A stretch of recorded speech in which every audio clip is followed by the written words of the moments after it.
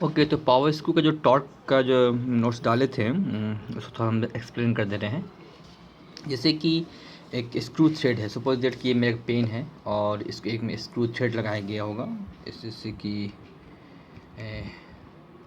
जो इसी मान लो मेरे यहाँ पे थ्रेड लगा हुआ है, और जब किसी को रोटेट कराएंगे इसको हम लोग हैं, जैसे मान लो suppose that this is our thread है इसके अंदर है, और इसको अगर हम ऐसे घुमाएंगे तो ये ऊपर की तरफ मूव कर रहा है, ये रूल के according, okay, right hand rule के अकॉर्डिंग अगर इसको हम ऐसे घुमाएंगे इधर तो ये ऊपर की तरफ मूव कर रहा है। ओके, तो क्योंकि यहाँ पे थ्रेड तो नहीं बना हुआ है, लेकिन जूम कर लेते हैं, यहाँ पे मेरा थ्रेड बना हुआ है, तो अगर हम लोग इसको एक फोर्स देंगे यहाँ पे हम लोग लाइक ये फोर्स दिए, सर फोर्स दिए हम लोग हैं, तो ये रोटेट होकर ऊपर की तरफ मूव करेगा।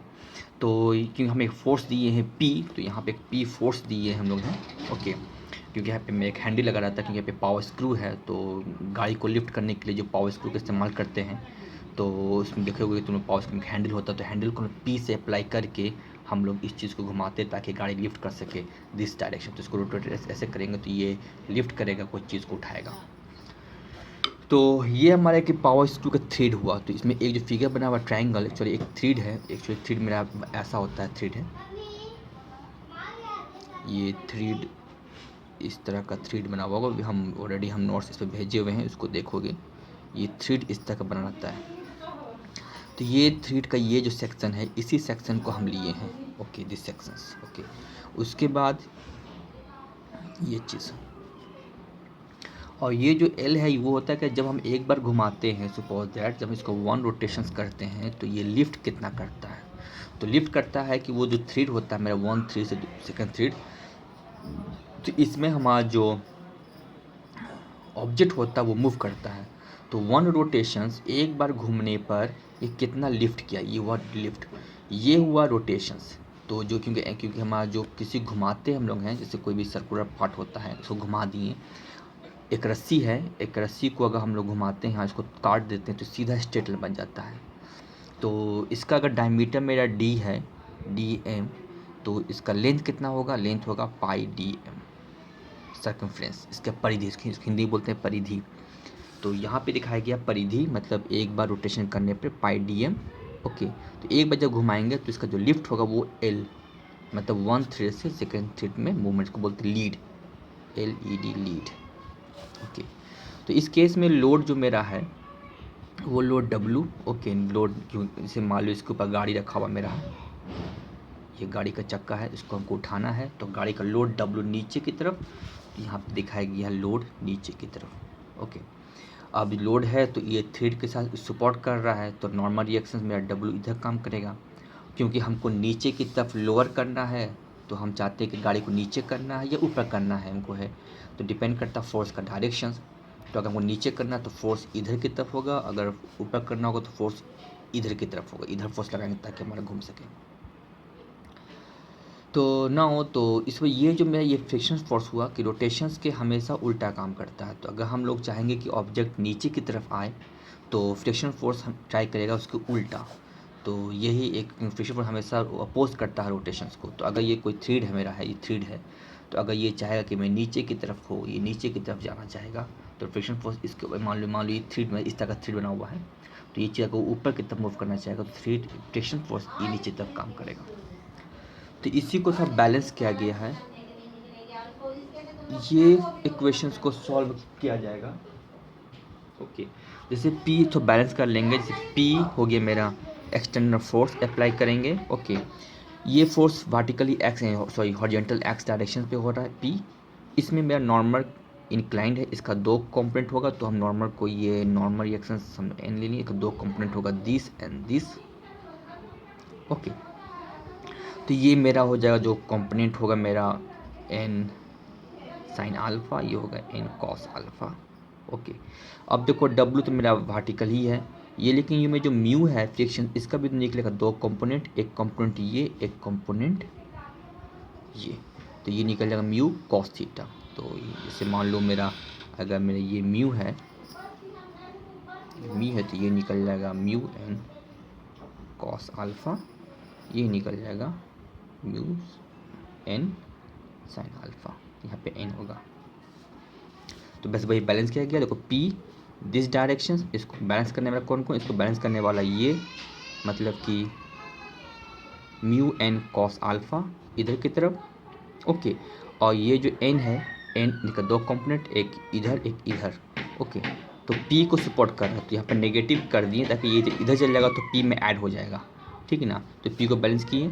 सेकंड हम जो जो डब्लू को अगर बैलेंस करेंगे तो डब्लू नीचे की तरफ काम कर रहा है, तो ये वर्टिकल इसको बैलेंस करने वाला कौन कौन, इसको बैलेंस करने में दो चीज़ है। ये जो एन का एक कंपोनेंट जो ऊपर की तरफ काम कर रहा है, ये कंपोनेंट, ओके। ये हो गया एन कॉस अल्फ़ा ऊपर की तरफ, और जो ये फ्रिक्शन फोर्स हुआ इसका भी दो कंपोनेंट, एक जो ऊपर की तरफ हुआ mu N sine alpha, mu N sine alpha, ये हम ऐड कर दिए। तो टोटल डब्ल्यू को बैलेंस किया ये, और पी को बैलेंस कर रहा है ये इक्वेशंस। तो ये इक्वेशन 1 2 निकल गया। अब क्या किया कि पी को बाहर निकाल दिए, ठीक है ना, डिवाइड दे दी दोनों को, तो पी को बाहर निकाल दिए। बी को बाहर निकालने के बाद हम क्या किए हैं कि इसमें से हम लोग जो कॉस अल्फ़ा है, कॉस अल्फ़ा को बाहर निकाल दिए। कह सकते हो कि दोनों में से कॉस अल्फ़ा को भाग दिया गया, तो यहाँ से भी कॉस अल्फ़ा को भाग दिए, यहाँ भी कॉस अल्फ़ा को डिवाइड किए, यहाँ पे भी कॉस अल्फ़ा को डिवाइड दिए, यहाँ पे भी कॉस अल्फ़ा को डिवाइड दे दिए। जब डिवाइड देंगे तो यहाँ पे कॉस अल्फ़ा अल्फ़ा कैंसिल होकर 1 बच गया, तो ये 1 sine alpha by cos alpha equal to tan alpha, यहाँ पे भी 1 हो गया प्लस दिस इक्वेशंस। नाउ अब यहाँ पे क्योंकि ये फ्रिक्शन कॉफिशिएंट है और मैकेनिक्स क्लास में हम लोग पढ़े हुए हो गए कि ये जो कॉफिशिएंट फ्रिक्शन होता मेरा है, this is nothing but tan phi. ये मेरा एंगल ऑफ फ्रिक्शन हुआ, एंगल ऑफ फ्रिक्शन किस एंगल पे ये फ्रिक्शन कर सकता मेरा है, ओके। तो इस जगह पे हम यहाँ पुट कर दिए, इसको हम लोग यहाँ पे जहाँ पे पुट कर देते हैं हम लोग यहाँ पे हैं, इस जगह पे हम लोग हैं। तो इक्वेशन जो में निकलता है P equal to omega tan five minus tan alpha 1 plus tan five and tan alpha. ये जो टर्म है ये एक ट्रिग्नोमेट्रिक का टर्म हुआ जिसका वैल्यू होता है time ten five minus alpha, इस पूरे टर्म को। तो हम यहाँ पर वहीं पे लिख के डब्लू को छोड़ के इसको पूरा लिख देते हैं दिस टर्म वैल्यूज। तो ये निकला मेरा पी। तो जब पी निकल गया तो मेरा टॉर्क कितना हम टॉर्क मुझे चाहिए कोई चीज़ को नीचे करने के लिए ऊपर करने के लिए, तो टॉर्क होगा मेरा force into half of diameters. जैसे कि ये मेरा कोई ऑब्जेक्ट है, जैसे यहाँ पे मैं ये चीज़ है, अगर हम टॉर्क लगाएंगे तो ये एफ हुआ, F into radius of this pen, okay, तभी जाके पेन रोटेट करेगा। तो इसलिए हम लोग W मैंने फोर्स मेरा हो गया W दिस एंड डायमीटर का हाफ रेडियस, तो ये हम लोग का हो गया पावर टोटल। अब यहाँ पे दो टर्म जानना है कि what the meaning of self locking and overhauling. Self locking यहाँ पे कंडीशन दे देते हैं कि अगर हम ये कंडीशन पुट करें, सपोज दैट कि अल्फ़ा बड़ा हो गया, अल्फ़ा बड़ा का मतलब ये हो गया कि मेरा ये चीज़ ये अल्फ़ा है, थ्रेड मेरा ऐसा बना हुआ है, अगर थ्रेड को हम बढ़ा दें, ऐसे कर दें सीधे स्ट्रेट लाइन, तो क्या होगा कि मेरा ऑब्जेक्ट सीधे गिर जाएगा, मतलब जो गाड़ी होगा सीधे गिर जाएगा, हमको इसमें टॉर्क लगाने की ज़रूरत ही नहीं होगा। तो क्यों नेगेटिव हो जाएगा मेरा, क्योंकि यहाँ पे मेरा अल्फ़ा बड़ा हो गया, तो ये टर्म पर नेगेटिव हो जाएगा। मैं जैसे यहाँ पे मान लो कि 50 डिग्री है, यहाँ पे 60 डिग्री कर देंगे, तो 60 degree is greater than 50 degree, so this term will be the negatives. तो नेगेटिव का मतलब ये हो गया कि torque required is to lower the load is negative, means कि इसका मतलब ये हो गया कि हमको कोई फोर्स की ज़रूरत ही नहीं है लोड को नीचे करने का। मतलब जैसे गाड़ी को अगर नीचे करना है तो हमको उसके लिए लोड की ज़रूरत नहीं पड़ेगा कि हम उसको टॉर्क चाहिए, जैसे गाड़ी रखेंगे वो पावर स्क्रू अचानक अपने आप नीचे हो जाएगा, तो हमको नीचे लाने के लिए टॉर्क की ज़रूरत नहीं होगा। हाँ, ऊपर ले जाने के लिए टॉर्क ज़रूरत पड़ेगा, लेकिन नीचे लाने के लिए गाड़ी को अपने आप आ जाएगा। इसको बोलते हैं हम ओवरहॉलिंग्स।